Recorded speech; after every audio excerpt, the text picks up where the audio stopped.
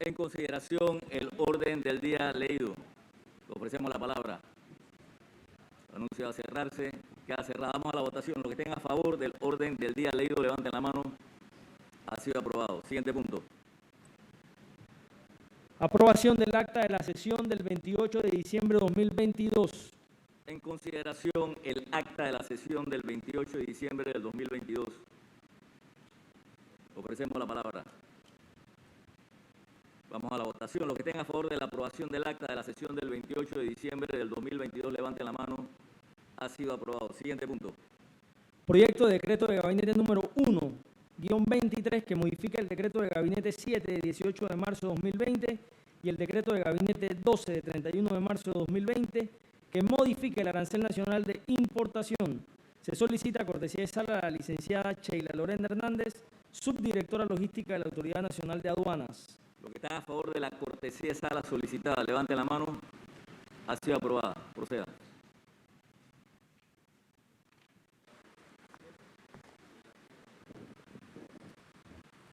Buenos días, excelentísimo señor presidente de la... Un momentito. Tiene la palabra el ministro de Economía y Finanzas.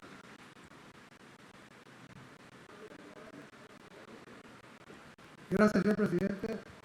Pediría que se le diera la palabra a la licenciada Sheila Lorena Hernández para la presentación de este proyecto de decreto de gabinete, presidente. Gracias, señor ministro. Tiene la palabra la licenciada Sheila Lorena Hernández. Buenos días, excelentísimo señor presidente de la República, excelentísimo señor vicepresidente de la República, ministros, viceministros, invitados especiales. La Autoridad Nacional de Aduanas trae para aprobación y consideración la modificación del arancel de importación ante la aparición de la pandemia del COVID-19, donde se modificó el arancel de importación sobre suministros médicos y productos de higiene personal, con el fin de garantizar el acceso a toda la población. El sacrificio fiscal a la fecha de esta modificación del arancel es de 31.351.759,44. Ante el alza de los últimos casos, solicitamos y consideramos prudente que se realice una prórroga para poder continuar con la modificación de este arancel. Muchas gracias, licenciada. Ofrecemos la palabra. Vamos entonces a la votación. Los que estén a favor del proyecto de decreto de gabinete número 1-23, levanten la mano. Ha sido aprobado. Muchas gracias. Siguiente punto. Proyecto de decreto de gabinete número 2-23 que modifica el arancel nacional de importación con la finalidad de especificar los medicamentos esenciales para la lucha contra enfermedades crónicas.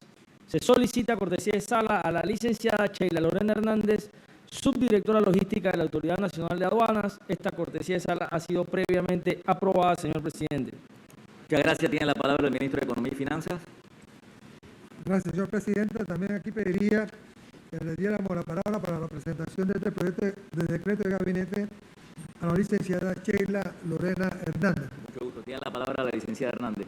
Sí, el proyecto de gabinete por el cual se modifica el arancel nacional de importación tiene el objetivo de crear desdoblamientos nacionales para buscar poder medir el comercio de estos productos, en este caso los medicamentos, que son los que atienden todas las enfermedades crónicas de nuestro país. En un trabajo en conjunto con la Comisión Arancelaria y con la Dirección Nacional de Farmacias y Drogas, se crearon 35 nuevos incisos y 2 modificaciones. Esto, además de generar las estadísticas que nos va a llevar a identificar cuáles son los productos que tienen más demanda y que tienen desabastecimiento, nos va a ayudar también a hacer las configuraciones en el sistema para que Farmacias y Drogas pueda agilizar y facilitar estos procesos que actualmente son manuales y van a pasar a digitales. Muchas gracias, licenciada Hernández. Ofrecemos la palabra. Vamos entonces a la votación. Los que estén a favor del proyecto de decreto de gabinete número 2-23, levanten la mano. Ha sido aprobado. Muchas gracias, licenciada Hernández. Siguiente punto. Presentación, procesos regulatorios de la Mesa Técnica de Medicamentos por el ministro de Salud, Luis Francisco Sucre Mejía. Se solicita cortesía de sala a la doctora Eira Ruiz, ministra consejera de Salud, licenciada Elvia Lao, directora de Farmacias y Drogas del Ministerio de Salud, ingeniero Ernesto Reyes, secretario técnico de la Mesa Técnica de Medicamentos. Gracias, señor secretario. Los que estén a favor de la cortesía de sala solicitada, levanten la mano. Ha sido aprobada. Tiene la palabra el ministro de la Presidencia. Gracias, señor presidente. Antes de que usted le pueda dar la palabra al ministro de Salud, quisiera con su venia se sometiera a consideración otorgar cortesía de sala al doctor Enrique Lao Cortés, director de la Caja del Seguro Social. Los que estén a favor de la cortesía de sala solicitada por el ministro de la Presidencia, levante la mano. Ha sido aprobado.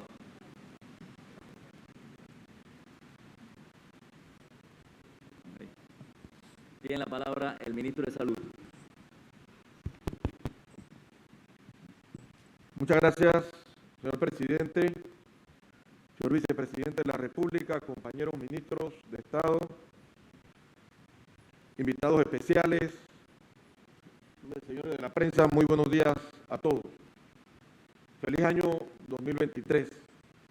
Señor presidente, desde el inicio de la gestión Cortizo se realizó una exhaustiva evaluación de la normativa sanitaria vigente, teniendo como uno de los objetivos principales de esta gestión crear las condiciones de disponibilidad de medicamentos y mejores precios, como también actualizar el marco regulatorio para la modernización de la Dirección Nacional de Farmacias y Drogas del Ministerio de Salud, buscando con esto simplificar la tramitología, manteniendo la calidad, seguridad y eficacia de los medicamentos disponibles para la población, lo cual se está logrando.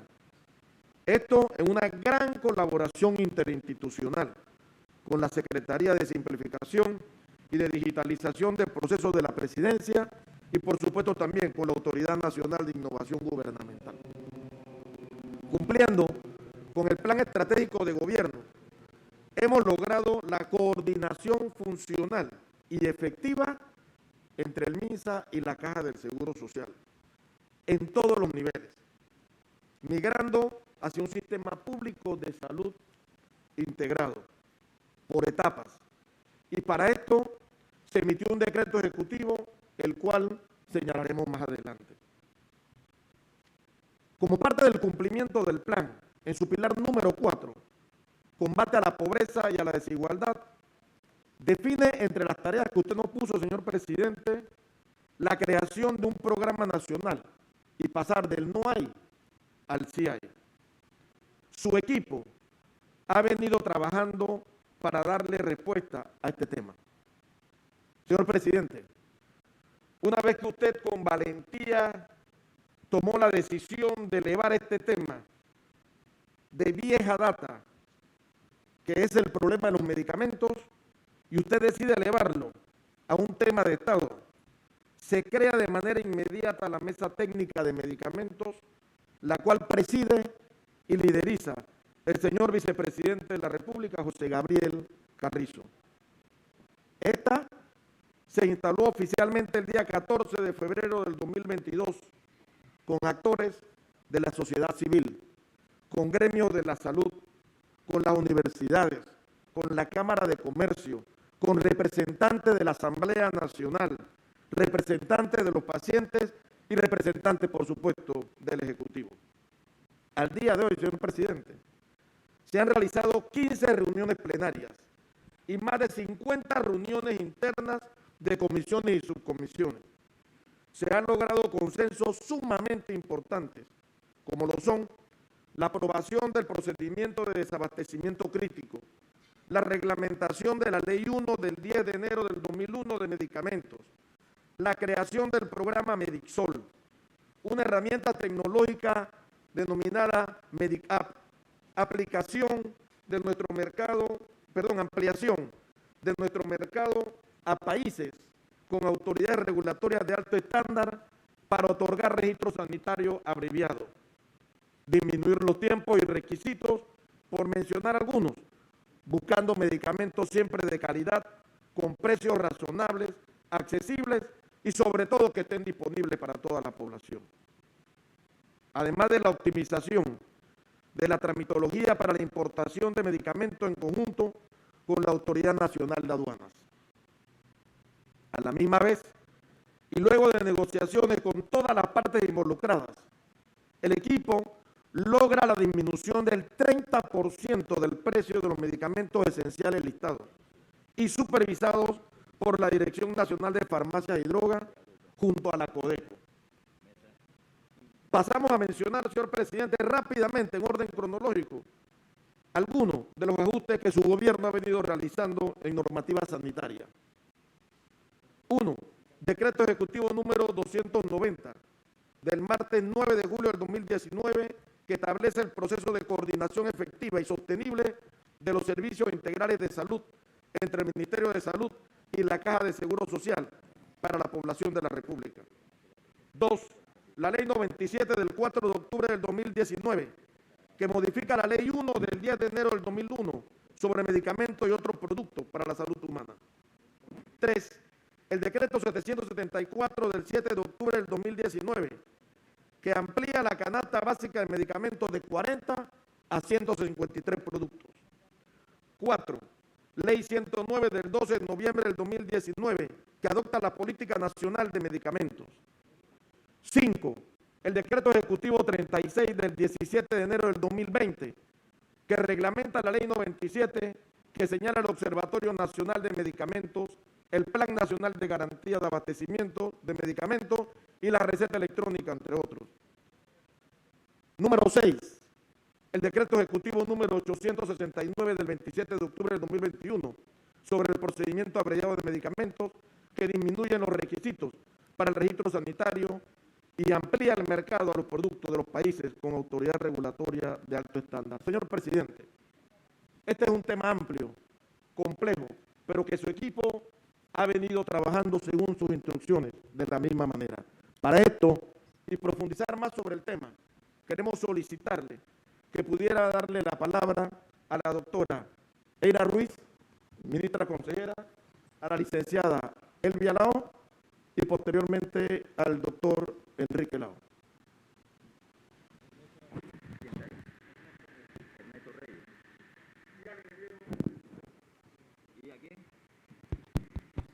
Además, al ingeniero Ernesto Reyes, que es el project manager de este proyecto, señor presidente, y de la mesa técnica de medicamentos. Muchas gracias, señor ministro. Veo entonces al ingeniero Reyes en el bullpen. ¿Quién de ustedes va primero? Bueno, doctora, proceda. Bueno, Doctora gracias, señor presidente. Señor vicepresidente, me uno a los saludos del ministro Sucre. Un poco para poner en contexto a todos los honorables ministros y los que nos encontramos el día de hoy en este gabinete extraordinario, ampliado. Ordinario. ¿De qué significa la mesa de medicamentos? ¿Cómo se instala y desde cuándo iniciaron todos los trabajos para adecuar los reglamentos, los decretos y las leyes, para que el pueblo panameño tenga los medicamentos accesibles y tenga los medicamentos al más bajo precio?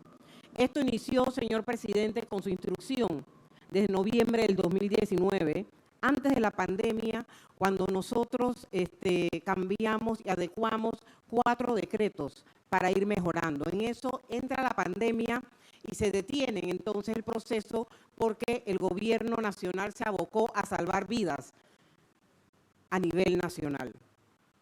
En febrero usted instruye al vicepresidente Carrizo a coordinar esta mesa técnica, una mesa ampliada, una mesa científica, una mesa sin improvisaciones, donde se llamaron a todos los actores de la sociedad a opinar sobre este tema tan importante.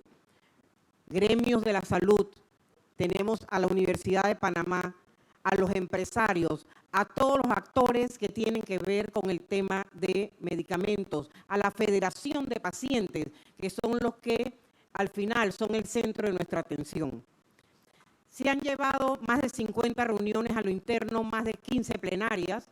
siempre con discusión y siempre llevando a votación en consenso dentro de estas plenarias. Todas las votaciones y las aprobaciones las eleva el vicepresidente Carrizo a su persona para que tengan entonces al final el visto bueno suyo, presidente, y sigamos nosotros avanzando.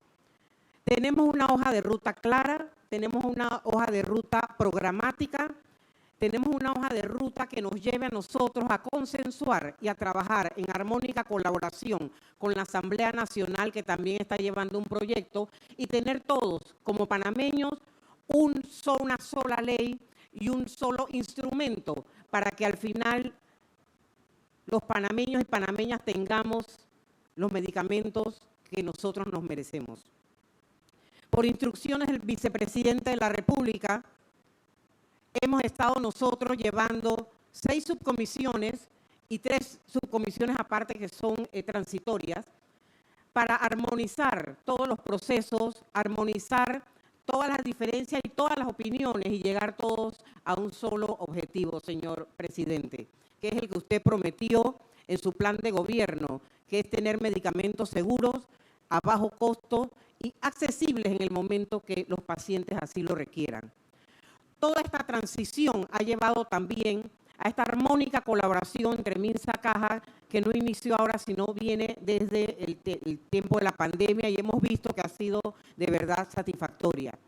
Tanto el Minsa como la Caja del Seguro Social se han puesto de acuerdo y otras instituciones, ACODECO, la Contraloría General de la República, que agradecemos al Contralor de verdad ese apoyo que ha dado a todos los procesos y a todo su equipo, y todos los que tenemos que ver en esa mesa, a la empresa privada y a Fedefarma, que también se han comprometido con apoyar la disminución de precios a nivel nacional y apoyaron el 30% que sabemos que es transitorio hasta que lleguemos nosotros finalmente a una rebaja de precios de manera natural y sin que haya estos altibajos en la empresa privada, que son muy importantes para el desarrollo nacional. Quiero, señor presidente y vicepresidente, decirles que tiene un equipo comprometido, que tiene una línea estratégica clara y que seguimos avanzando, modificando decretos, modificando la ley, desatando esos nudos que tenemos también a nivel administrativo para poder que las cosas fluyan como debe ser. Aquí, señor presidente, le solicitaría, se le diese la palabra a la licenciada Elvia Lao para que presente las 4 últimas aprobaciones que el día de ayer se dieron en la plenaria con la anuencia del vicepresidente de la República. Muchas gracias, doctora Eira Ruiz. Las 4 recomendaciones que me presentaron ayer en la tarde fueron aprobadas. Tiene la palabra la licenciada Elvia Lao, directora de Farmacia y Droga del MINSA. Muchas gracias, señor presidente.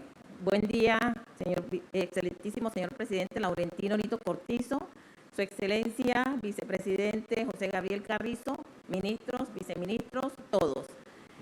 Efectivamente, el día de ayer aprobamos en consenso estos 4 decretos que presentamos hoy a ustedes, los cuales son: 1, la subrogación de la reglamentación de la Ley 1 del 10 de enero del 2001 sobre medicamentos y otros productos para la salud humana.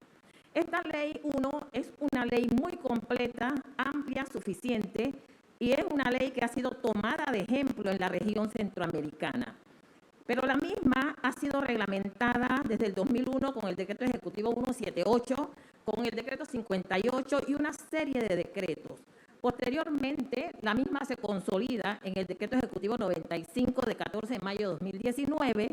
Sin embargo, le vimos falencias y vimos de que los tiempos cambian, vienen reglamentos técnicos centroamericanos y había que adecuarla. La adecuamos con el Decreto Ejecutivo 115 de 16 de agosto del 2022.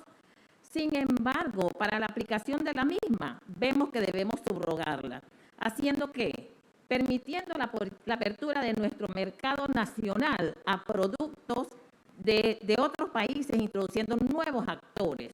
También, ¿qué hicimos en esta? Dijimos nosotros, si nosotros somos los que les damos la licencia de operación a los establecimientos farmacéuticos nacionales, Si nosotros les damos los certificados de buena práctica de manufactura, ¿por qué no darle un tratamiento como un país con una autoridad regulatoria de alto estándar? Y por lo mismo, entonces, le haremos procedimiento abreviado a los productos del productor local. Esto, pues, ¿qué va a hacer? Va a incidir en los precios de los medicamentos y ellos van a tener su registro a tiempo y poder entonces fabricar estos productos.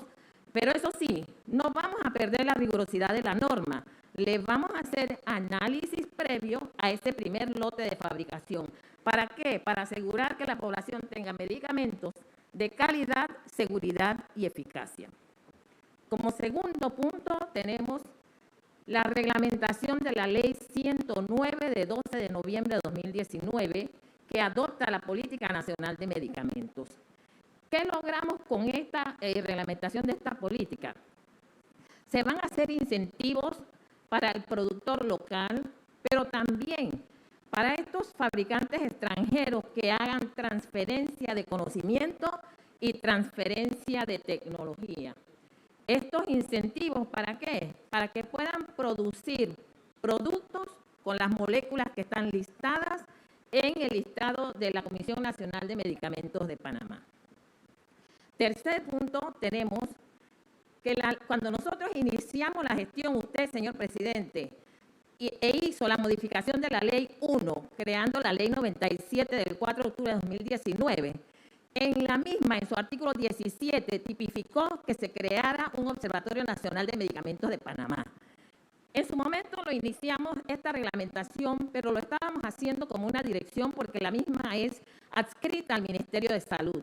Pero por instrucciones del señor Ministro de Salud, del doctor Luis Sucre, se dijo que se enviara a la Oficina de Organización y Desarrollo Institucional para que ellos nos pudieran entonces asesorar en esto. ¿Y qué dijeron? Esta debe ser una herramienta tecnológica que a través de la cual podamos visualizar el comportamiento de los precios de los medicamentos a nivel nacional e internacional. ¿Y qué va a hacer este observatorio? Este observatorio va a brindar esta data al Plan Nacional de Garantía de Abastecimiento de Medicamentos, que es el cuarto punto.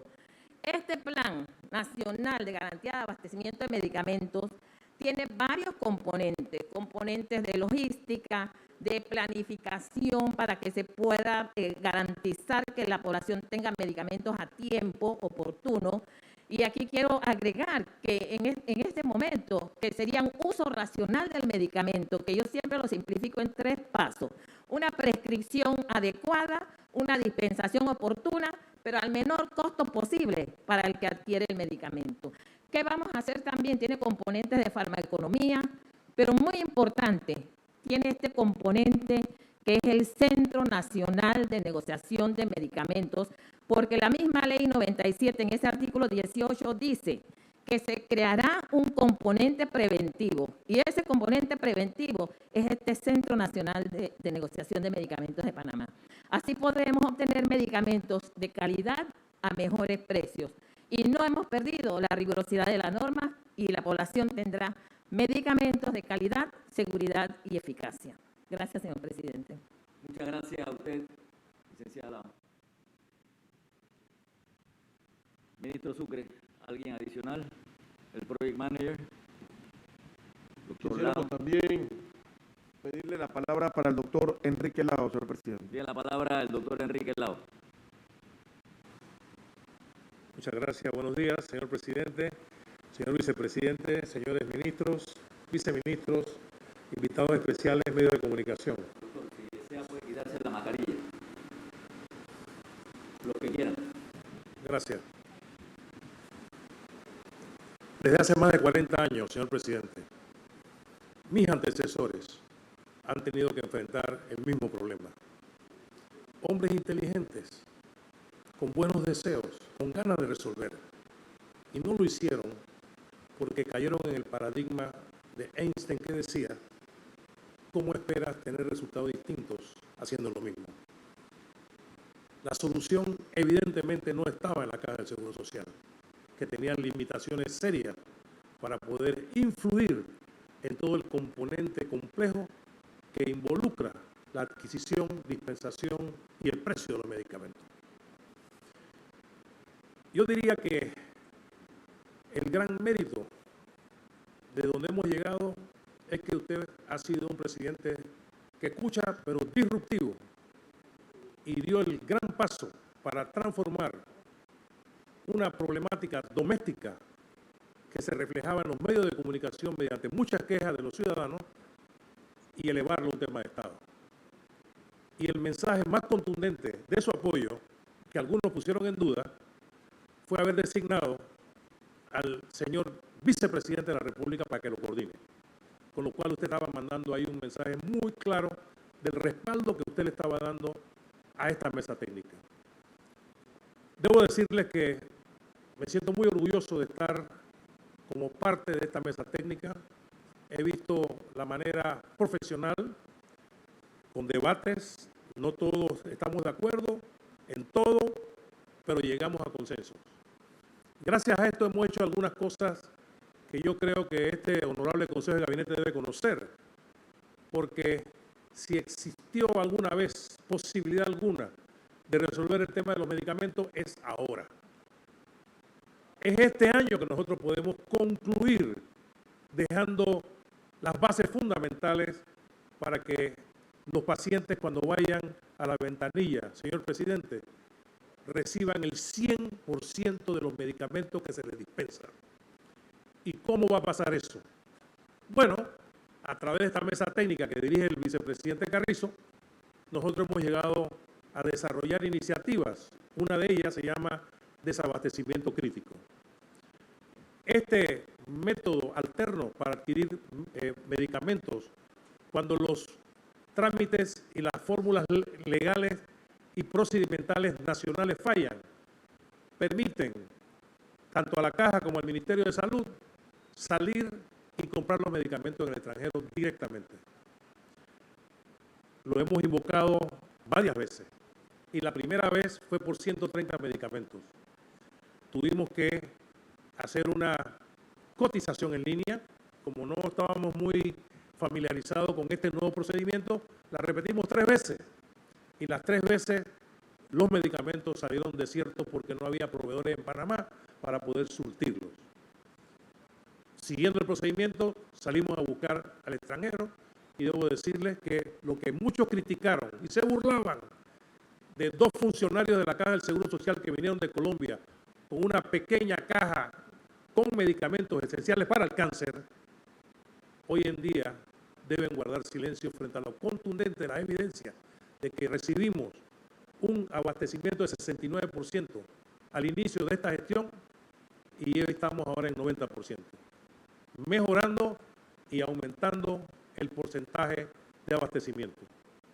Con desabastecimiento crítico estamos logrando que los pacientes tengan la disponibilidad de los medicamentos. Sin embargo, si en algún momento, a pesar de todo esto, no existe el medicamento en la farmacia donde va el paciente, esta mesa técnica también, señor presidente, aprobó, y usted así lo hizo, lo que se llama Medixol, donde el paciente, iniciamos con 7 medicamentos que representaban el 80% de las quejas, medicamentos para hipertensión y diabetes, entre ellos la amlodipina, que representaba el 70% del 100% de las quejas. Y hemos logrado nosotros, a través de este método, que milagrosamente todo lo que compramos nos lo surten, al punto que Medixol nos está sirviendo, señor presidente, como un indicador de abastecimiento, porque no hemos emitido ninguna receta de Medixol, porque tenemos los medicamentos que han sido suministrados. Por lo tanto, si a mí me preguntan si eso ha sido exitoso, yo digo que sí, ha sido exitoso, pero además tiene la perspectiva de que ningún paciente panameño se va a quedar sin que le demos su medicina, ninguno. Y yo creo que usted tiene el gran mérito de haber hecho una disrupción que nos dé la posibilidad de alcanzar estos resultados. Gracias, señor presidente. Muchas gracias, doctor Lao. ¿Alguien adicional desea hacer uso de la palabra? Doctor Sucre. Eso es todo por ahora. Perdón, la doctora Ira Ruiz. Un momentito. La doctora Ira Ruiz. Gracias, presidente. Quería agregar que toda esta dinámica que ha generado la mesa liderada por el vicepresidente Carrizo ha tenido también como uno de sus productos que el MINSA y la Caja por primera vez puedan tener un solo expediente de pacientes que está trabajando con la AIG, que podamos tener una sola receta electrónica a nivel nacional que también está desarrollando la AIG, el ingeniero Oliva con todo su equipo, y que también podamos nosotros con otras instituciones, con la modernización de farmacia y droga, tener todos los documentos en línea para que todos los proveedores puedan tener acceso fácil y rápido a todos sus registros sanitarios, señor presidente. Entonces, en el tema de tecnología, es importante resaltar que hemos dado un paso importante para la modernización del Estado panameño en este sentido. Muchas gracias, doctora Ruiz. ¿Alguien adicional? Tiene la palabra el ministro de la Presidencia.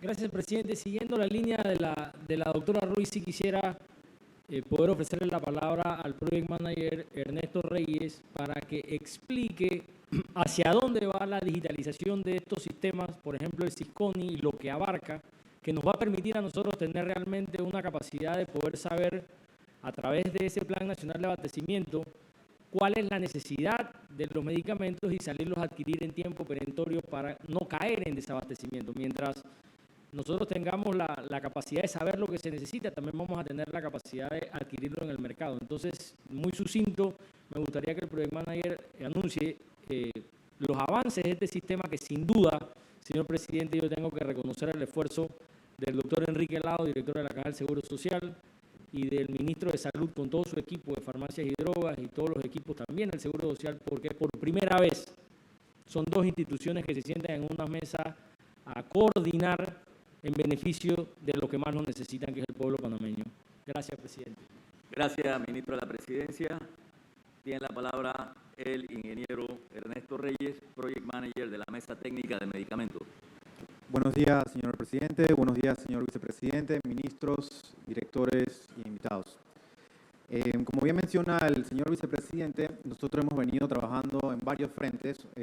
Uno de los principales frentes es la tecnología. Cómo llevamos la tecnología al tema de a la Caja del Seguro Social, tanto al MINSA. Uno de los proyectos, digamos, bandera o principales que tenemos es el sistema Sisconi. Sisconi es un sistema, en pocas palabras, que nos permite ver el inventario en tiempo real, ahorita mismo, tanto de los CEDIS, que son los centros de distribución, como de las diferentes policlínicas. Ahorita mismo tenemos un avance del 99% en todas las policlínicas a nivel nacional. Tenemos una que todavía nos falta, que es la Policlínica de Sabanitas, principalmente solo porque está en remodelación. Una vez termine la remodelación, va a estar instalado el Sisconi. También el Sisconi va a estar en los hospitales, ahorita mismo, que es la fase 2 y 3. Tenemos 6 hospitales y debemos concluir el resto de estos a más tardar junio del 2023. Las ULAPs también pertenecen a la fase 3 y también deben estar listas a mediados de este año 2023, señor presidente. Esto es lo que nos permite, junto a Medixol, es, como le mencioné, poder llevar un control muy específico de cada medicamento en cada de las unidades para que nosotros entonces podamos hacer esas órdenes de recompra a los proveedores de medicamentos y de esta manera evitamos el desabastecimiento en estas unidades. Estamos hablando de un programa verdadero de inventario. Correcto. La primera fase de ese programa de inventarios al cual queremos llegar. Perfecto. ¿Algo adicional? Solo remarcar que tenemos un equipo muy comprometido y seguimos trabajando en diferentes temas legales, tecnológicos, de inventarios y que pronto en los próximos meses van a seguir viendo resultados de la Mesa Técnica de Medicamentos, señor presidente. Gracias, muchas gracias. Si hay alguna pregunta, de no ser así, bueno, felicitar al equipo del Ministerio de Salud, al equipo de la Caja del Seguro Social y a todos los miembros de la Mesa Técnica de Medicamentos. Porque casi toda la semana, usualmente el primer día o el segundo día de semana, recibo las recomendaciones de la Mesa Técnica de Medicamentos. y en ese sentido hemos ido avanzando. Uno de los temas importantes de este proceso, porque es un proceso, cuando uno habla de temas como medicamentos, estamos hablando de un tema complicado y que se ha avanzado de la manera que se ha estado avanzando sistemáticamente, es un gran logro para el país, especialmente los que menos tienen. Porque al final lo que queremos es asegurarle a las personas su medicamento. Y hay medicamentos que uno no los puede dejar de tomar. Y hay medicamentos que son caros, especialmente por el tipo de enfermedad.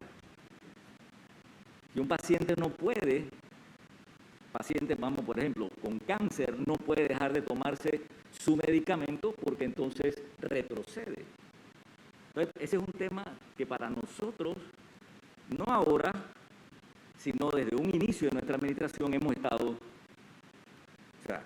coordinando para ir avanzando como se debe avanzar en un sistema democrático. Temas como este u otros temas, nosotros queremos que perduren en el tiempo. ¿Qué significa? Que vaya más allá de nuestra administración. Porque tiene dos opciones. O impones, que no es la fórmula correcta porque entonces no va a perdurar en el tiempo, o buscas el procedimiento para llegar a consensos.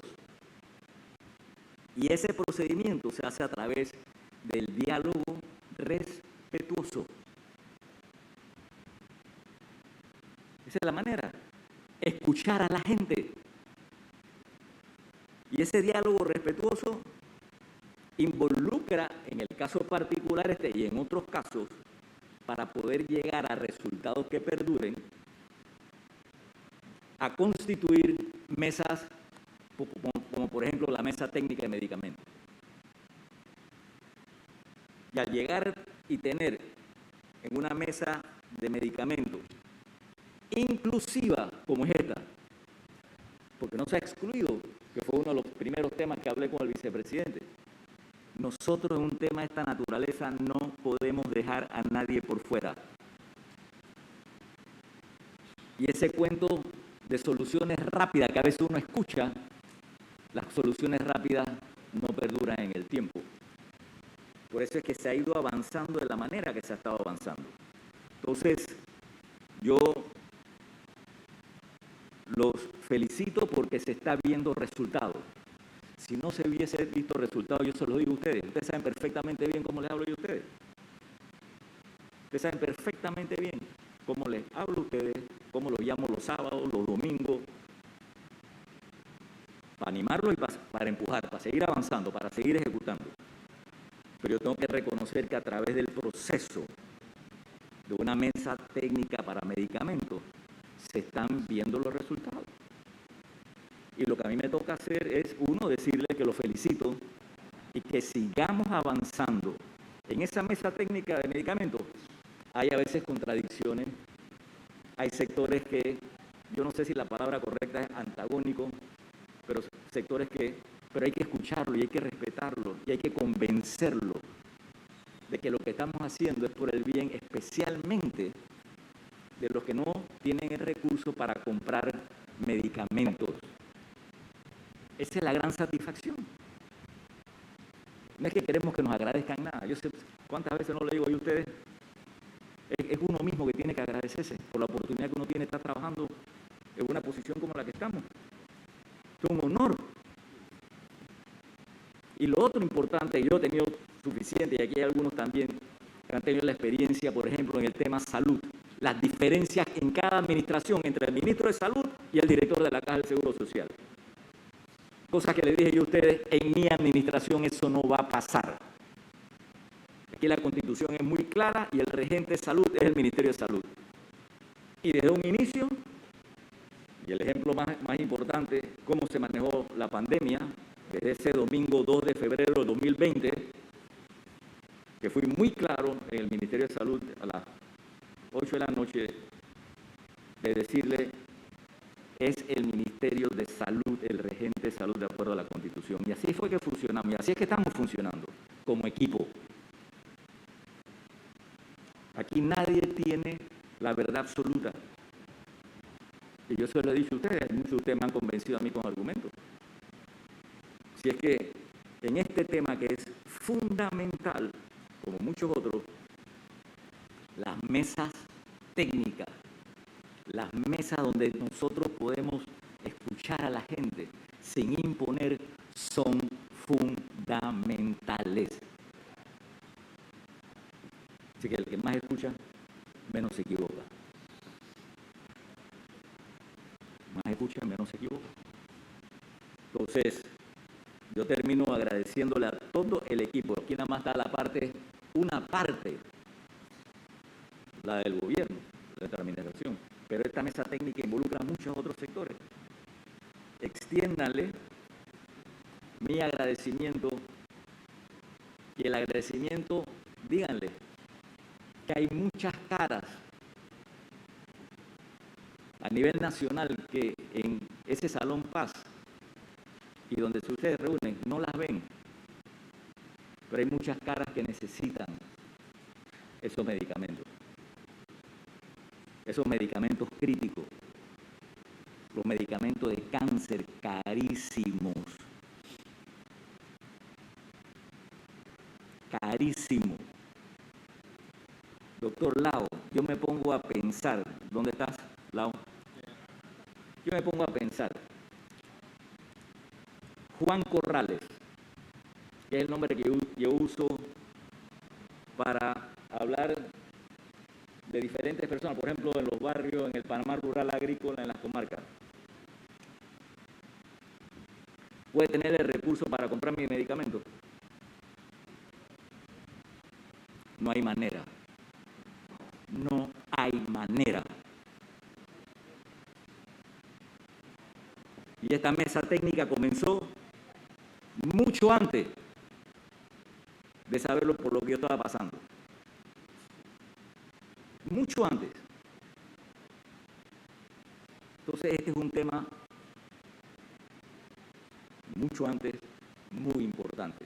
Si es que avancen bien, escuchen a la gente, independientemente si ustedes están de acuerdo o no. Si no están de acuerdo, dile no estoy de acuerdo, trata de convencerme, dame nuevos elementos.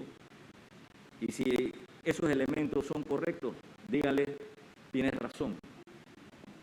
Y avancemos, sigamos avanzando. Si es que yo con eso termino, con esta presentación. Gracias.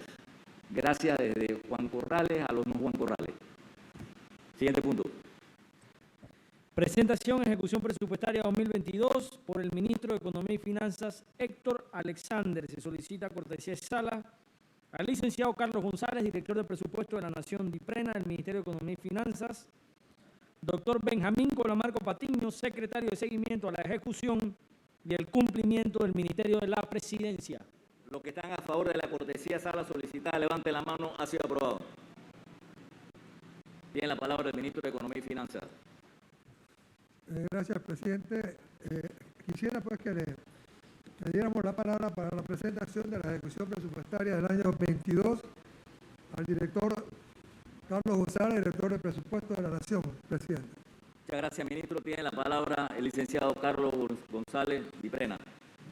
Muchas gracias, excelentísimo señor presidente, su excelencia, vicepresidente, los ministros de Estado, viceministros, consejeros, asesores, invitados especiales y especialmente al amigo entrañable Catín Vázquez, que hoy nos ha cedido estas históricas instalaciones para celebrar este primer gabinete como una buena señal de un año 2023 próspero. En este momento quiero compartirles los resultados de la ejecución del presupuesto del sector público ya cerrado al 31 de diciembre del 2022 y es que una actualización de aquel cierre preliminar que vimos anteriormente. Si en ese momento habían buenas noticias, han mejorado. Los indicadores fueron mejores, entendiendo que ahora sí tenemos un cierre cuando cerramos técnicamente el día 26 de enero. Puedo anunciarles que el sector público, con un presupuesto modificado para ejecutar de 26.294 millones, logró ejecutar a nivel de devengado, o sea, compromisos que se recibieron los bienes y servicios y se presentaron facturas, 24.121.8 millones. Eso representa un 91.7%. Sin embargo, queremos destacar a nivel de las diferentes áreas que el gobierno central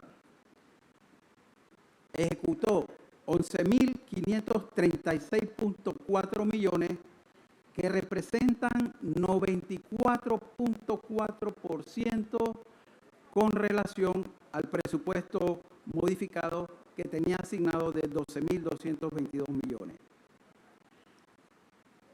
En funcionamiento, la ejecución también logró 94.4% y en inversión igualó también el mismo esfuerzo de 94.4%, y esto rompe una tendencia histórica que decía que las entidades tenían una ejecución alta en el presupuesto de funcionamiento y regular en las inversiones.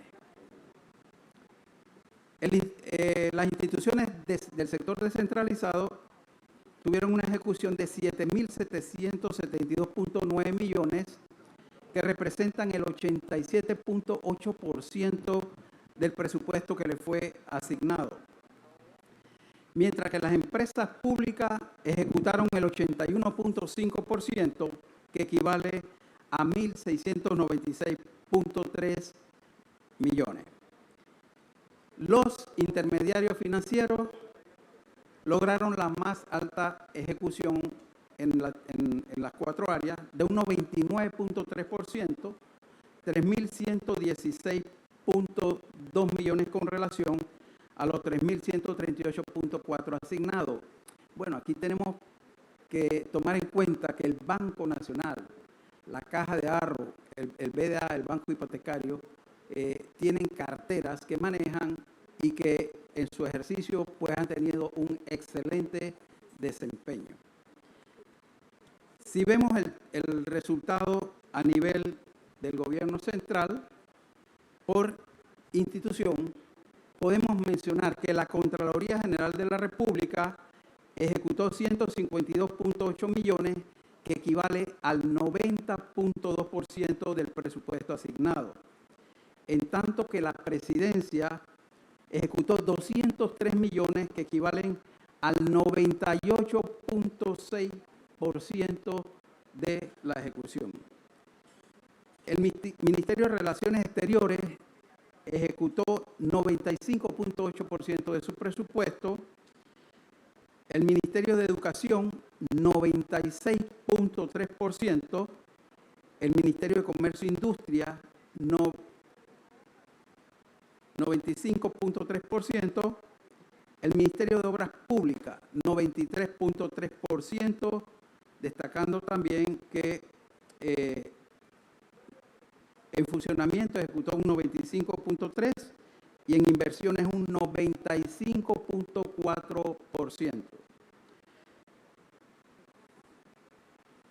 Perdón, el Ministerio de Obras Públicas 93.3%, 97.8% en funcionamiento y 93.1% en inversiones, ya que la estructura de inversión es mayor, a diferencia del resto de las instituciones, que el presupuesto de funcionamiento. El Ministerio de Desarrollo Agropecuario tuvo una ejecución de 97.1%, que equivale a 201.4 millones con relación a los 207.5 millones que le fueron asignados. El Ministerio de Salud tuvo una ejecución de 94.8%, de los cuales 1.240.5 se ejecutó en funcionamiento y 382.9 en inversiones, para un total de ejecución de 1.240.5 millones.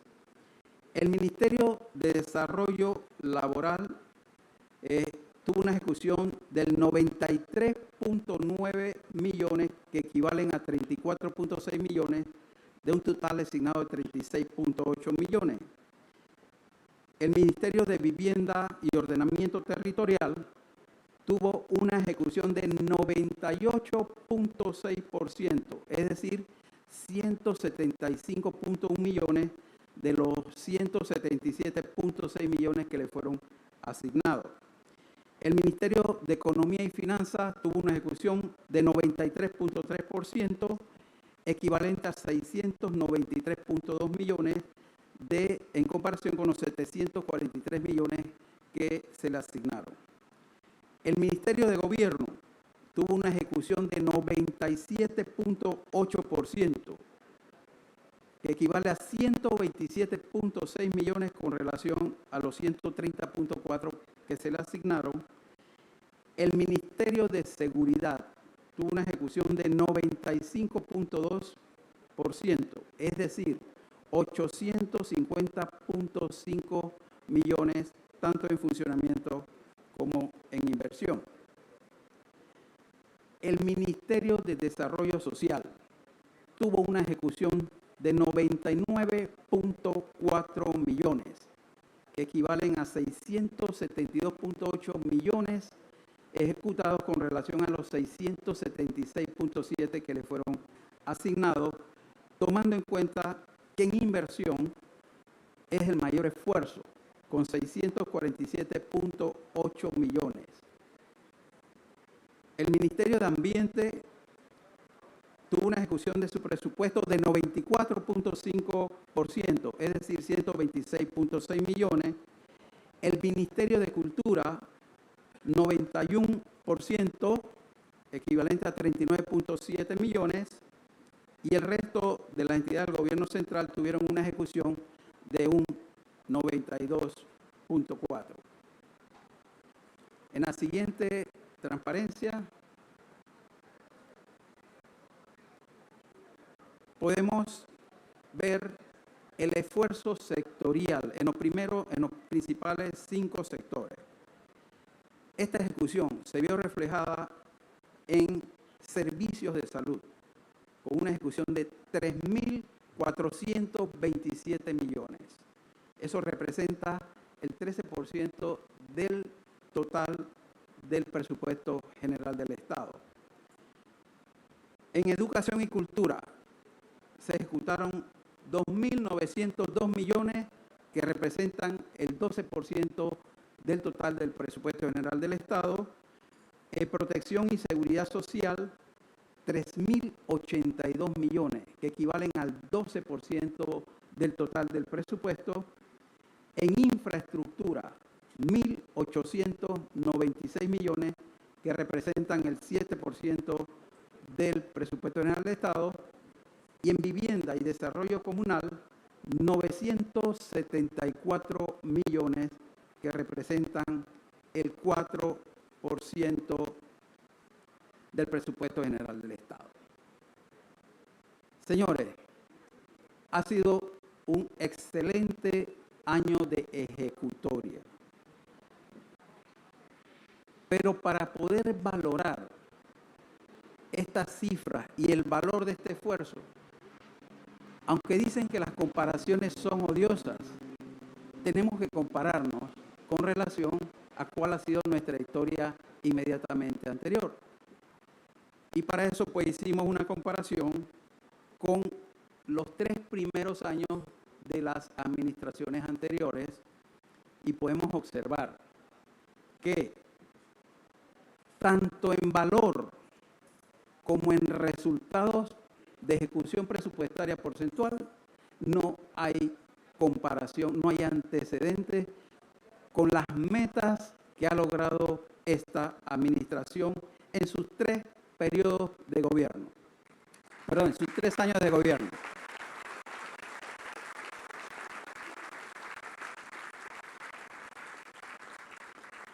Y creo que es necesario resaltar que a pesar de haber vivido algo tan grave como fue la pandemia y sus secuelas, que puso en jaque la economía y la salud del mundo, y por supuesto a nosotros también nos tocó muy fuerte. A pesar de una guerra que está lejos de nosotros, que ni siquiera alcanzamos a oír los cañonazos, pero que también nos pegó por el efecto directo que tuvo sobre el precio del petróleo, el precio de los insumos agrícolas, el flete de los insumos y productos que teníamos que importar para completar las necesidades del país. A pesar de que la naturaleza, que generalmente es generosa con nuestro país, pero que se ha mostrado herida por el trato injusto que el mundo está haciendo de ella, y que hemos vivido huracanes. Antes eran un fresco lo que recibíamos y decíamos, nos pegó la colita del huracán. Hemos tenido sequías como la de Bocas del Toro. A pesar de que esas situaciones no se vivieron en otras administraciones, no fueron suficientes para doblegar la voluntad de hacer de esta administración y su equipo de trabajo. Quedan grandes retos, y estos resultados, comparados con las grandes necesidades del país, nos indican que hay mucho que hacer todavía. Y por lo tanto nos toca redoblar nuestros esfuerzos para seguir continuando con ese ánimo y con ese deseo de llevar soluciones a nuestras comunidades. Señor presidente, como director de presupuesto de varias administraciones, por 5 administraciones, puedo certificar que los resultados obtenidos por esta administración en el año 2020, 2021 y 2022 son los resultados más altos que se hayan podido conseguir en los últimos 30 años.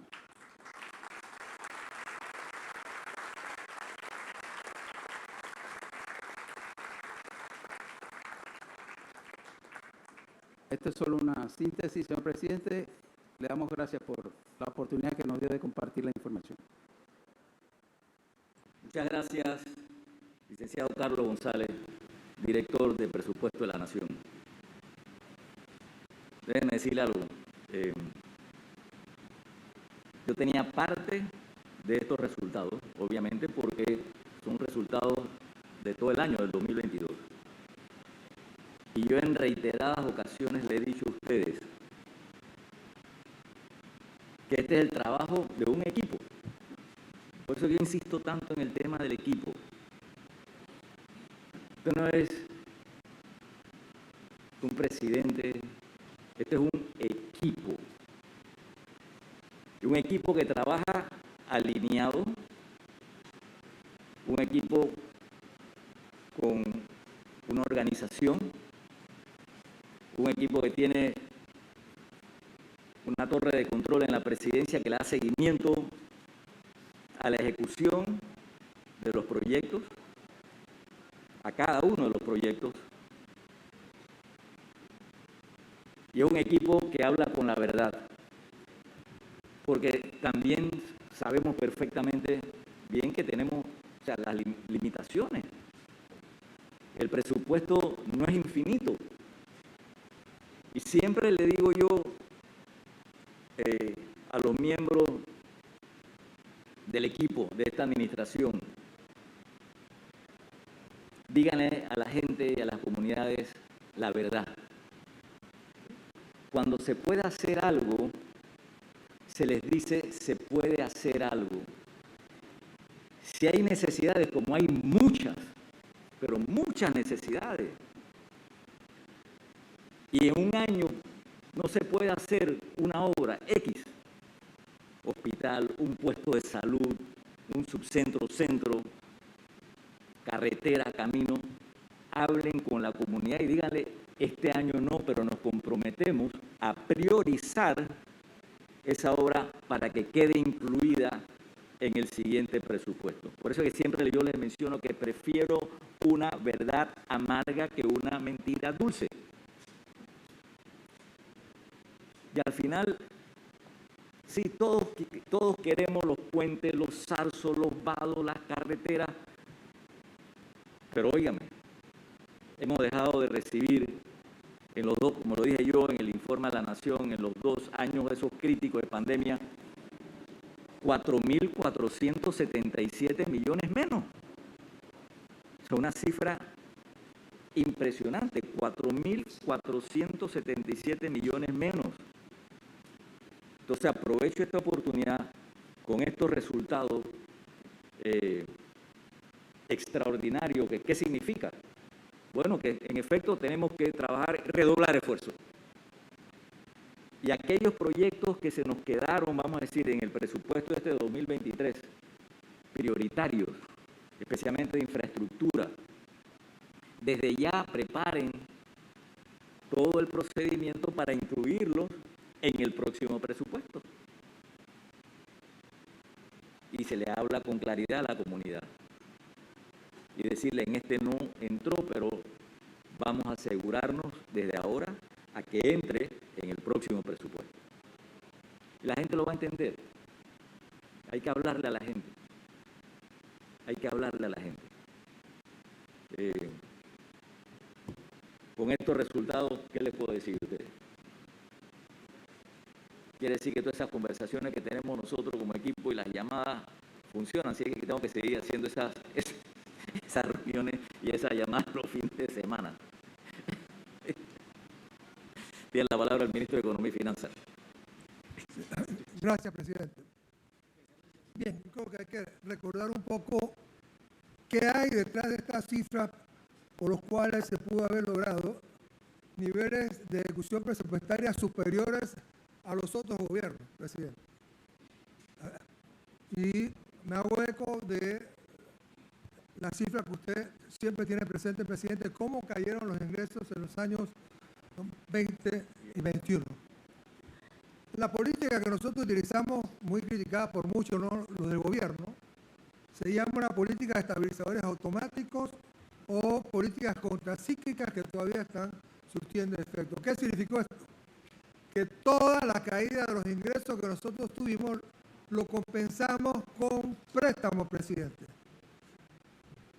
Fuimos bien agresivos con respecto a los niveles de déficit, incluso que nosotros incurrimos en el 2021 mayores que generalmente gran parte de los países de la región. ¿Cuál fue la política?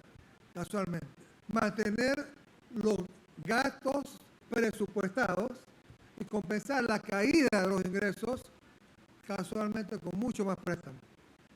Y además de eso, con la política contracíclica, poder pedir prestado mucho más que lo que se podía antes que yo llevara la ley de responsabilidad fiscal a la Asamblea, modificando todos los topes de endeudamiento de todos los años hasta el año 24.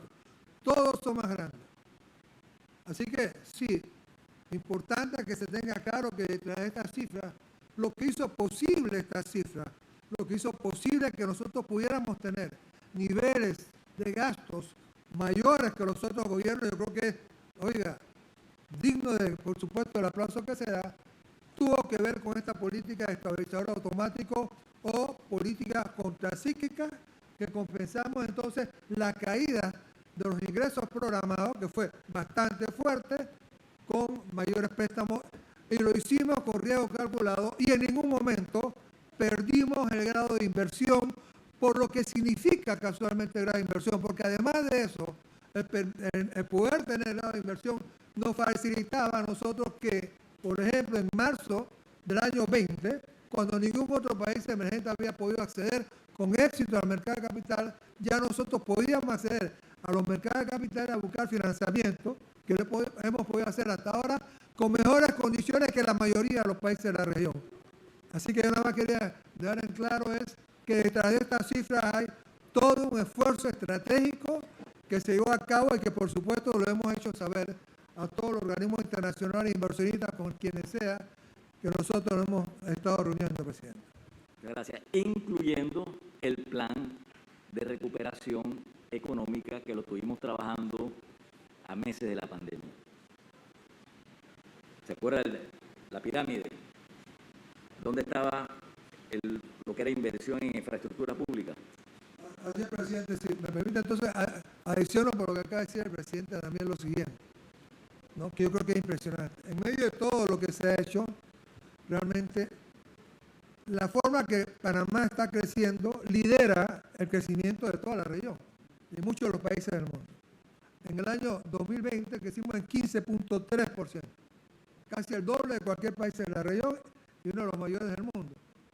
Este año estamos creciendo, como bien dijo el presidente, no menos del 9% en su discurso ante la Asamblea. Y si el presidente dice no menos del 9% es porque él sabe que si es no menos es porque probablemente va a ser realmente superior. Lo que también es interesante es que durante, por ejemplo, septiembre del año 20 y abril de este año, el nivel de desocupación bajó de 18.5 a 9.9. Pero no solo es importante hablar de esta baja en la tasa de desocupación, sino la ocupación total creció en 13.2% en esos 19 meses y el 92% de ese crecimiento fue el empleo formal, el empleo asalariado, que en ese tiempo, de esos 19 meses, creció en 22%, es decir, que el grueso de la ocupación adicional que se ha generado son ocupación formal, los asalariados. Y el crecimiento en esos 19 meses ha sido también realmente impresionante. Y a esto sumamos algo que también dijo el presidente en su discurso en la Asamblea. Informe. Con el informe, presidente, el informe de la Nación, que la tasa de inflación de nosotros para el año 21, oiga, 1.6. Una de las más bajas, no solo de la región, del mundo. En el año 22, los 11 primeros meses, 2.9%. Una de las más bajas de la región y del mundo, ¿no? Y, por supuesto, vamos a estar cerrando con una tasa de inflación bastante baja. Así que los indicadores macroeconómicos son bastante buenos, ¿no? Y pensamos que Panamá puede seguir liderizando realmente el crecimiento y su desarrollo en toda la región. Creo que vale agregar, Panamá está catalogada entre todos los países emergentes como el primer país de la región que puede dar el salto al país, a los países menos desarrollados de los desarrollados. Y creo, presidente, que eso es algo que nuestro país realmente también puede conseguir. El ingreso per cápita para más, sabemos el tema de la desviación del ingreso per cápita por poder de compra comparativo, una forma de ajuste que se usa cuando se usan estos indicadores de ingreso per cápita. El de Panamá es el más alto también de la región. Así que tenemos realmente muy buenos indicadores en general en la parte macroeconómica, liderando la región y creemos que vamos a poder seguir haciendo. Lo que sí hay que cuidar, ¿no? Y esto es un tema que siempre hablamos con el presidente, es la parte macrofiscal. La parte macrofiscal que tiene que ver con las finanzas públicas y su sostenibilidad también es muy importante, ¿no? Para la parte que tiene que ver con el crecimiento y desarrollo de un país. Así que esa es la parte que realmente tenemos que ponerle, ¿no? También mucha atención y estar seguros que vamos en un path, en un camino de sostenibilidad en lo que se refiere al manejo de la parte de las finanzas públicas.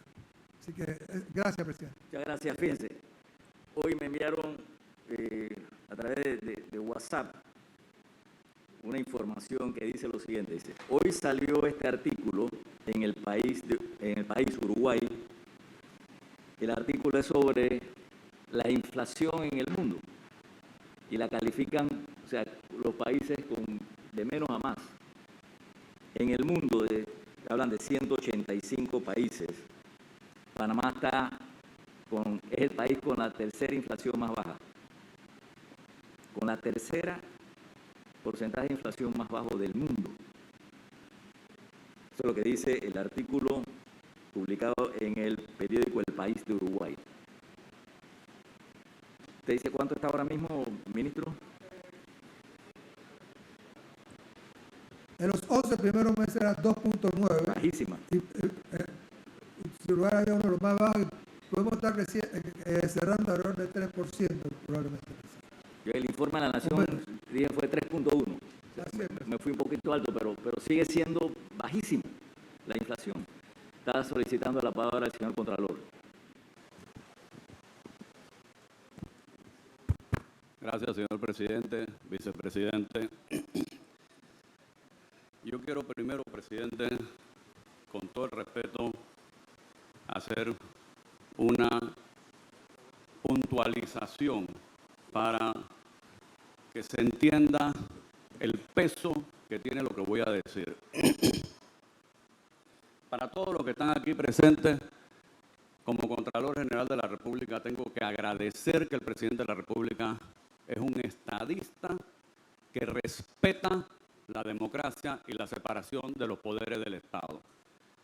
Y lo digo porque fui nombrado Contralor General de la República por voluntad de la Asamblea Nacional con 0 votos en contra. Por primera vez en la historia, presidente, que la Asamblea toma una decisión autónoma e independiente del órgano ejecutivo. Tengo que tomar en consideración que usted también creo que ha sido el primer presidente en la historia de la República que fue diputado y presidente, y que además fue presidente de ese órgano del Estado, por lo tanto entiende la importancia de la separación de los poderes. Eso es algo que no debemos perder nunca de vista, sobre todo en la historia, cuando se vaya a hacer un análisis de este gobierno. Y lo digo porque eso me da la autoridad moral para decir lo que voy a decir, presidente. Y quiero acompañarlo del siguiente dato.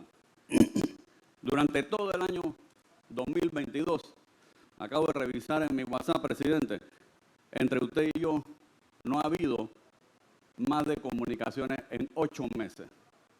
Una comunicación en enero, una en febrero, 2 en abril, que era Semana Santa y era un mensaje espiritual, 2 en mayo, que estábamos en la Contraloría viendo un manual de organización de un procedimiento especial que no hubo necesidad de implementar, en agosto, en octubre y en diciembre usted preguntándome por mi estado de salud, presidente. Lo que demuestra realmente la independencia y la separación de la Contraloría con el órgano ejecutivo. La vara con la que se mide este gobierno, luego de ver la gráfica, presidente, es una vara donde subjetivamente nosotros nos la elevamos muchísimo. 90%, 91% es una A más en cualquier universidad para cualquier estudiante. Y yo cuando estaba tomando nota de la presentación que hizo el director nacional de presupuesto del Ministerio de Economía y Finanzas, por deferencia del ministro Héctor Alexander, tomé nota de los que estaban arriba del 95%. No de los que estaban en 90, de los que estaban arriba de 95%. Y resumiendo, tenemos el MIDES. Eso demuestra la visión social y la importancia del desarrollo social para este gobierno. 99% de ejecución. El Ministerio de la Presidencia, 98%, y el Ministerio de Vivienda, 98%. El Ministerio de Gobierno y el de Desarrollo Agropecuario, 97%. El Ministerio de Educación, 96%. Y el Ministerio de Seguridad, 95%. O sea, cada día levantamos más la vara, ya 94%. Esa es la media, ese es el estándar, ese es el promedio del gobierno central. Pero esto, presidente, solamente se puede hacer gracias a que la curva de aprendizaje de su gobierno, presidente, está en lo más alto. Están hablando de ejecución presupuestaria y yo le voy a dar datos de la Contraloría General de la República con relación a la corrección con la que se ha manejado su gobierno. La gestión del Estado en la Contraloría ha generado 1.052.000 documentos de afectación fiscal. 1.052.000 documentos, es decir, esa ejecución presupuestaria no ocurre por arte de birli y birloque, ocurre por la tramitación administrativa que hacen sus ministros y sus directores, presidente. Pero de ese 1.052.000 documentos, ha habido 45.650 millones de dólares revisados. Y uno se preguntará, con un presupuesto de 23.000 millones de dólares, ¿cómo se pueden revisar 45.000 documentos? Precisamente porque se revisan en la etapa precontractual, en la etapa de la contratación, en la etapa de avance, en la etapa de seguimiento, en la etapa de gestión y presentación de facturas, finalmente en la etapa de aprobación del pago y emisión del pago al ciudadano que tiene derecho en la empresa privada a ese beneficio. 45.650 millones de dólares. La Contraloría, que bajo esta administración hemos promovido la cultura de corrección, que significa dentro de la Contraloría hacer lo correcto y corregir lo que se presenta con errores. Ha detectado 100.000 documentos que tenían incorrecciones por 2.280 millones de dólares. Se le informó a los tramitadores en los ministerios que debían ser subsanados y se corrigieron 83.000 documentos por 1.700 millones de dólares, quedando pendientes 17.000 documentos por 500 millones de dólares. Presidente, eso demuestra que en gestión administrativa y trámite de documentos, este gobierno obtuvo un 98.4% de corrección en el trámite de las gestiones administrativas. Y los dineros, 99% del presupuesto fue tramitado con total y absoluta corrección. Eso, presidente, lo tengo que acompañar de una afirmación. No hay, durante esta administración, adelantos. No hay, durante esta administración, sobrecostos. No hay, durante esta administración, sobreprecios. Toda esta gestión se ha hecho sin corrupción, presidente. En la Contraloría creamos en esta administración la unidad de análisis de costos para revisar que el precio, como usted dijo un día, que el precio fuera el precio correcto, que el precio sea el justo y razonable en todo lo que se tramita. Quiero añadirle, presidente, que la planilla del Estado en el año 2019 era 279.288 funcionarios en el sector público. Y eso generaba un egreso de 464 millones de dólares. A diciembre, hace unos días, la planilla era 276.776 con una erogación de 456 millones. Es decir, 2.512 funcionarios menos, que representa un ahorro en el año de 96 millones de dólares. Eso es una cifra real de la Contraloría General de la República.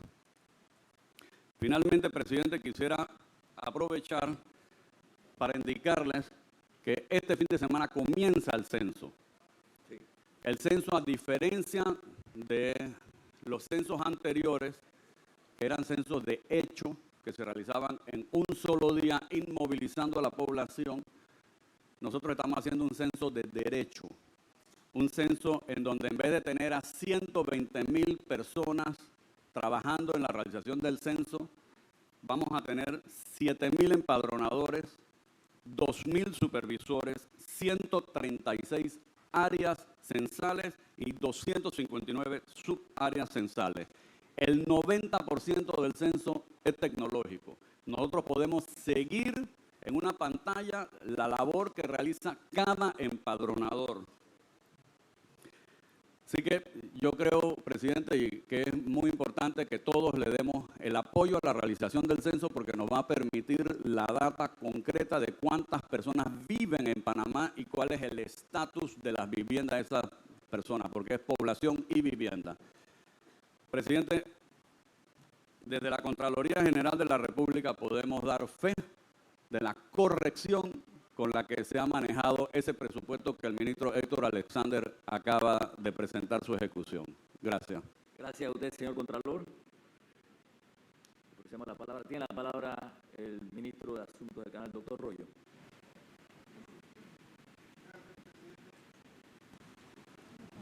Gracias, presidente. De manera muy breve, y no sé si estoy aquí asumiendo la representación de don Catín Vázquez, el administrador, yo solo quería decir muy breves palabras.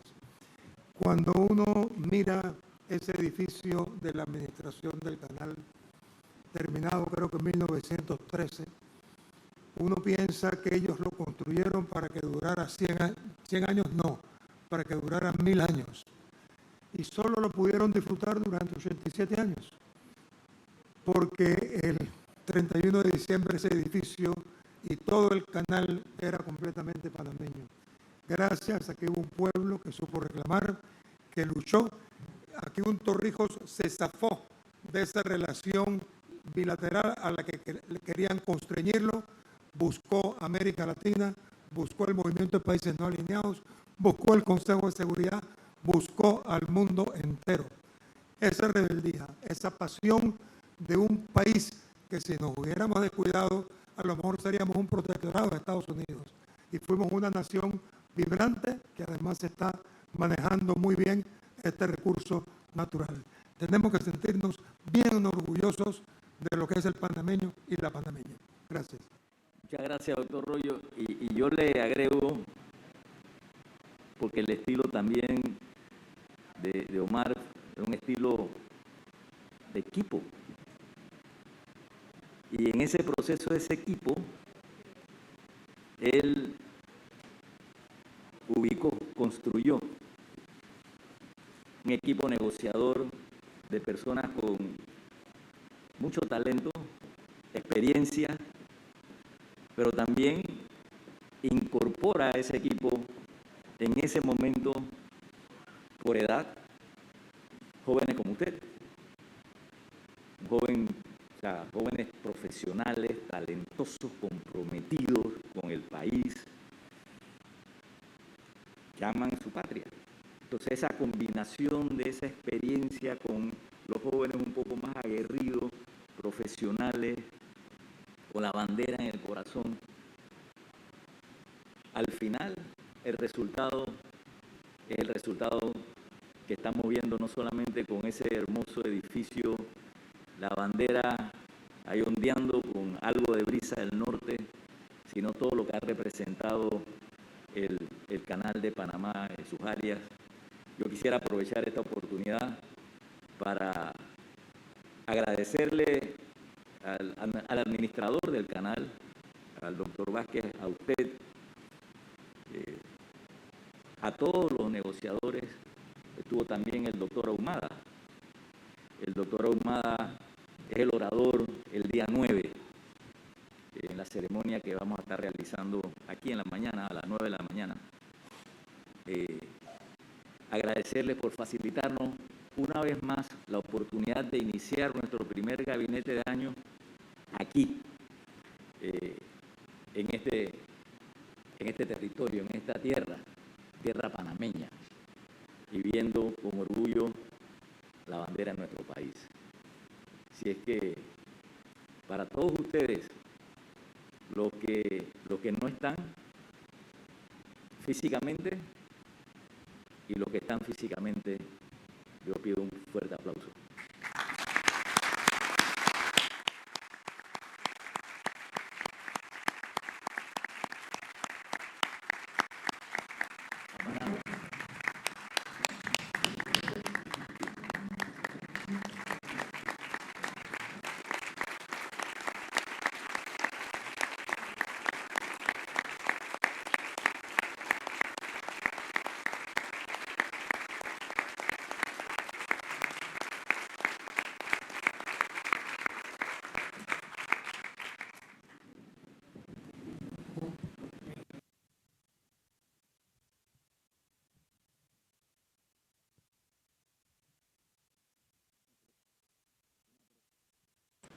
Una pregunta, doctor Colamarco, ¿usted está solicitando la palabra?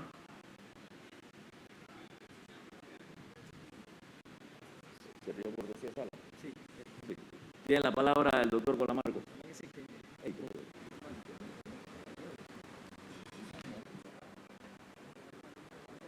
Con su permiso, señor presidente, señor vicepresidente, señores ministros, señoras ministras, señor Contralor General de la República, señor administrador de la Autoridad del Canal de Panamá, señora gobernadora, señor alcalde, señores invitados especiales a este Consejo de Gabinete.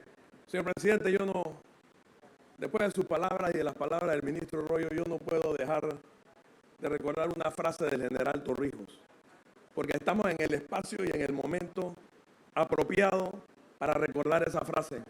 El general Torrijos, después de la firma de los tratados Torrijos-Carter, aquel 7 de septiembre de 1977, dijo: hemos logrado el triunfo sobre el colonialismo. Hemos derribado la quinta frontera.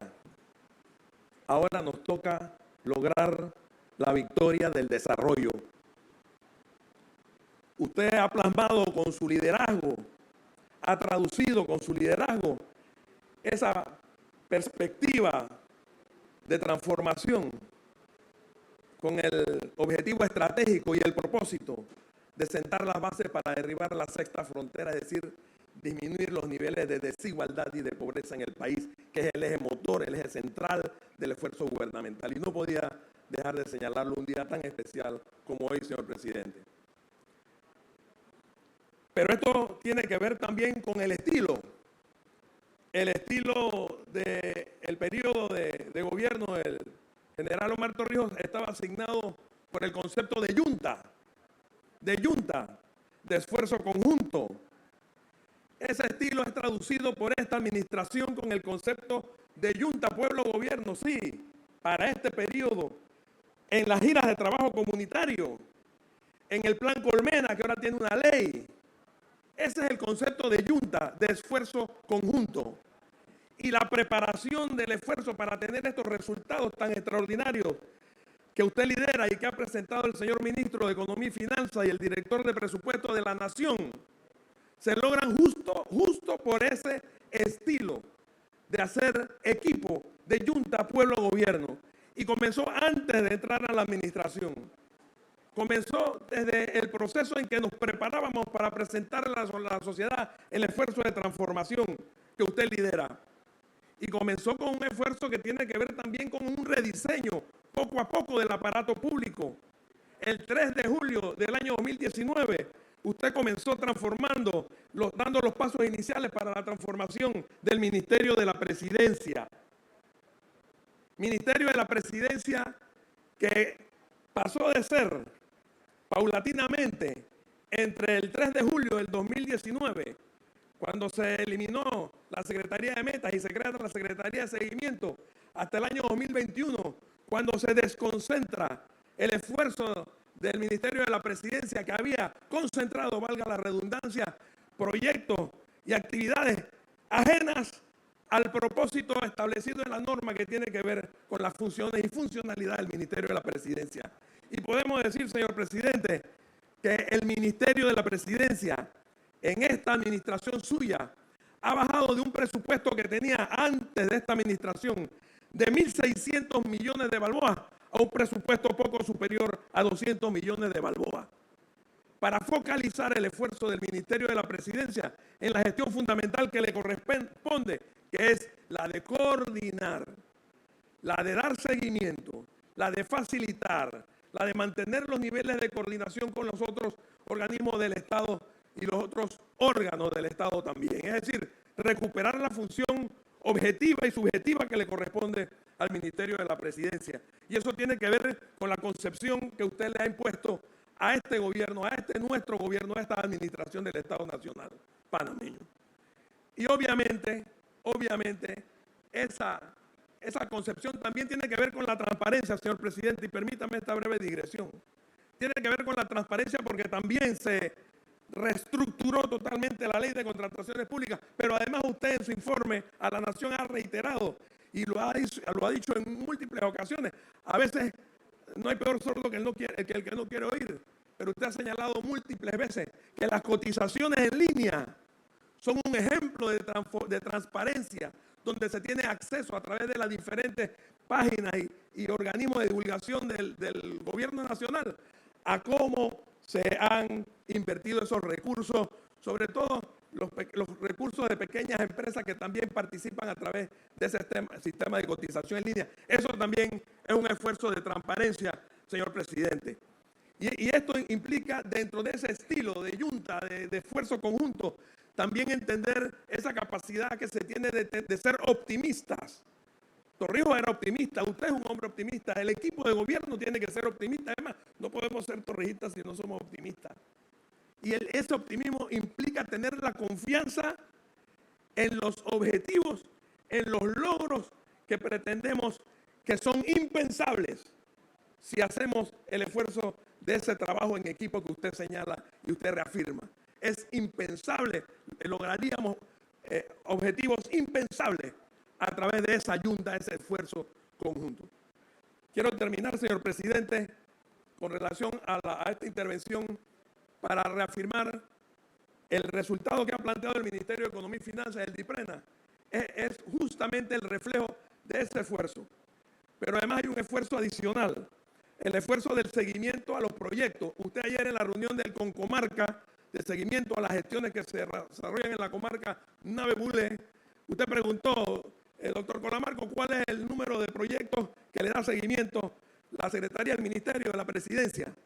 Y yo le dije que son 1.600 proyectos, señor presidente, que le damos seguimiento en el Ministerio de la Presidencia, de los cuales 625 proyectos han terminado durante esta administración y 975 proyectos están en seguimiento en la gestión de la torre de control del Ministerio de la Presidencia, señor presidente.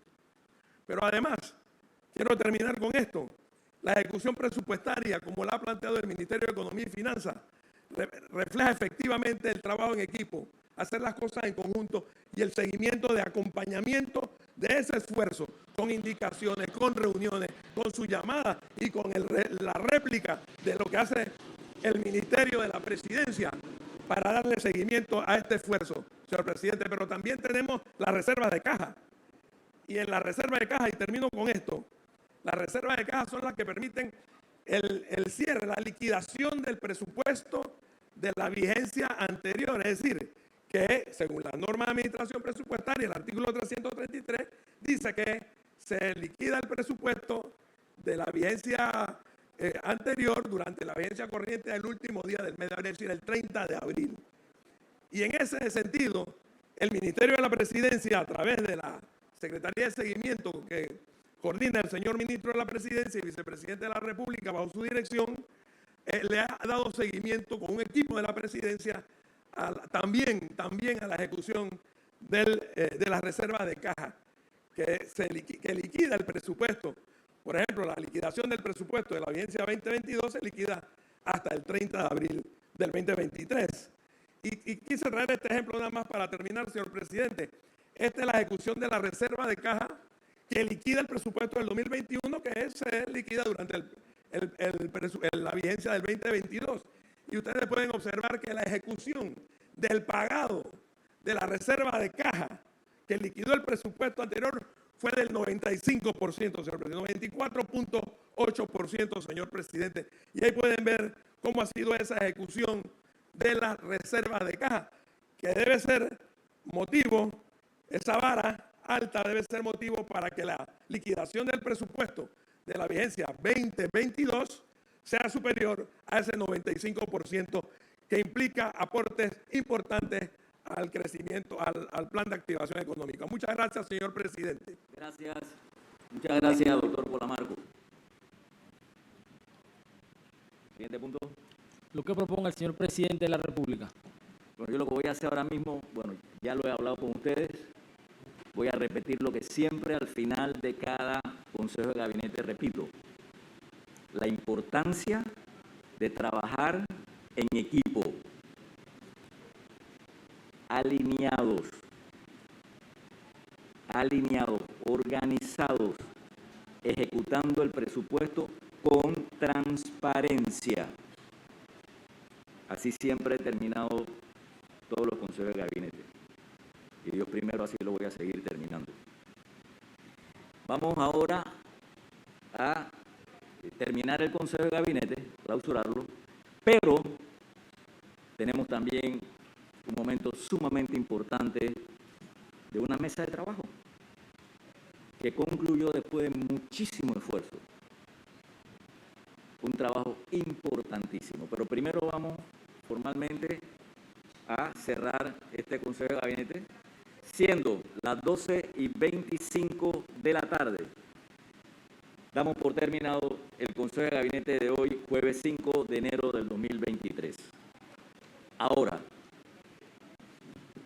nosotros hemos estado hablando hoy y en diferentes otros consejos de gabinete y otras reuniones de trabajo del proceso que se hace para sentar las bases, por ejemplo, cuando hablamos de pobreza y desigualdad. O sea, un gobierno de 5 años obviamente no puede hacer todo lo que se necesita en el país. Muchas necesidades, enormes. Pero si nosotros a través de políticas de Estado, que nos podemos poner de acuerdo a través del diálogo con respeto y llegar a conclusiones a través de mesas de trabajo, estamos haciendo un enorme bien al país. Todas esas políticas de Estado, las que mencioné, como por ejemplo la vinculada a la política criminológica, primera vez, la vinculada al sector agropecuario, política agropecuario de Estado, es la primera vez que este país tiene eso. ¿Qué significa eso? Que cuando la administración de nosotros no está, los otros gobiernos la siguen. O sea, que no llegan a estar improvisando. Y en este caso que les voy a hablar, es un caso particular de una provincia, bueno, todos son especiales para un presidente, pero para la provincia de Colón, que diferentes sectores, a través de ese diálogo respetuoso, que obviamente toma tiempo, muchas reuniones, sacrificios, los viajes de algunos, veo por ejemplo aquí al doctor Jované, esos viajes de Panamá a Colón, a qué hora regresa de Colón hacia Panamá. Igual veo al doctor Salazar, veo a muchos que con un esfuerzo sostenido a través de una mesa tripartita han podido llegar hoy, iniciando el 2023, a través de la conversación, del diálogo respetuoso, a presentarle a esta administración, ya en la recta final, y a las que vienen, el plan para el desarrollo integral de Colón. El plan para el desarrollo integral de Colón, donde se pudieron, y estoy seguro que participaron muchos sectores, estuvo miembro de CUCO, estuvo miembro del gobierno central, estuvo miembro del sector privado, porque también veo al presidente de la Cámara de Comercio de Colón, lo vi cuando entró, no sé si ya se fue, Michael Chen. O sea, un esfuerzo tripartita. Pero que así es que se tienen que resolver nuestros problemas. No es que el famoso el gobierno tiene que hacer. O sea, no, así no funciona la democracia. Mejor ejemplo es el que trae hoy Colón, que dijeron podemos tener diferencias, pero nos vamos a sentar a una mesa, perseveraron y aquí hoy están entregando un plan importantísimo para el desarrollo de la provincia y eso merece un fuerte aplauso.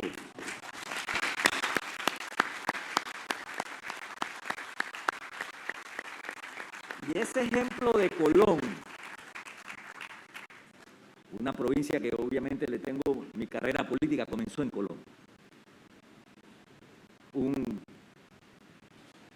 cariño especial, por razones obvias. Ese ejemplo de Colón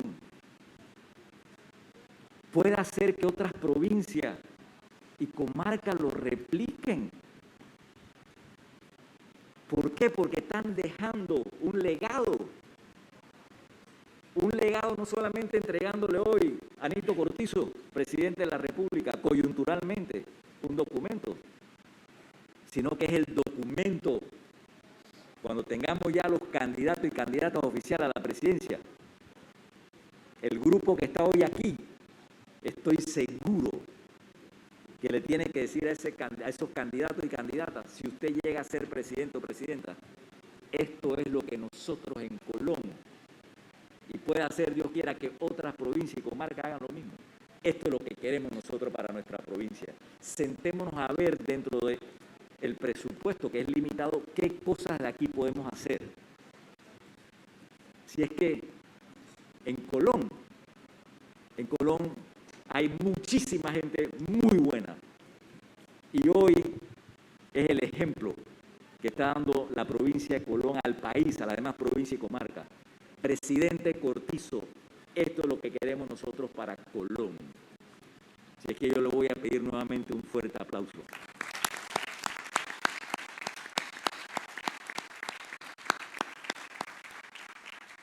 Ahora, yo no sé cuál es el procedimiento para la entrega. Sí, permítame, señor presidente. Vamos primero a tener palabras por parte del doctor Guillermo Salazar, coordinador de la Comisión Gubernamental para la Atención El Consejo de Gabinete por parte del Presidente de la República da su conclusión. Se tocaron temas importantes como el informe de la mesa técnica, además de la ejecución presupuestaria que ha hecho este gobierno durante el último año 2022, que asciende a 91.7%, una ejecución presupuestaria bastante importante y muy elevada